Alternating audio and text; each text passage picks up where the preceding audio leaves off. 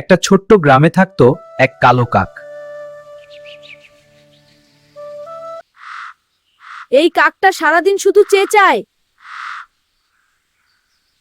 খাবারের খোঁজে একদিন সে মাঠে গেল।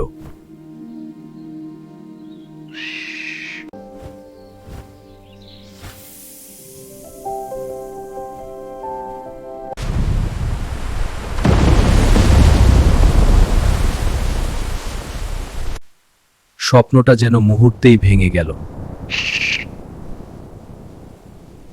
হঠাৎ সে দেখল একটা ছোট ছেলে নদীতে পড়ে যাচ্ছে।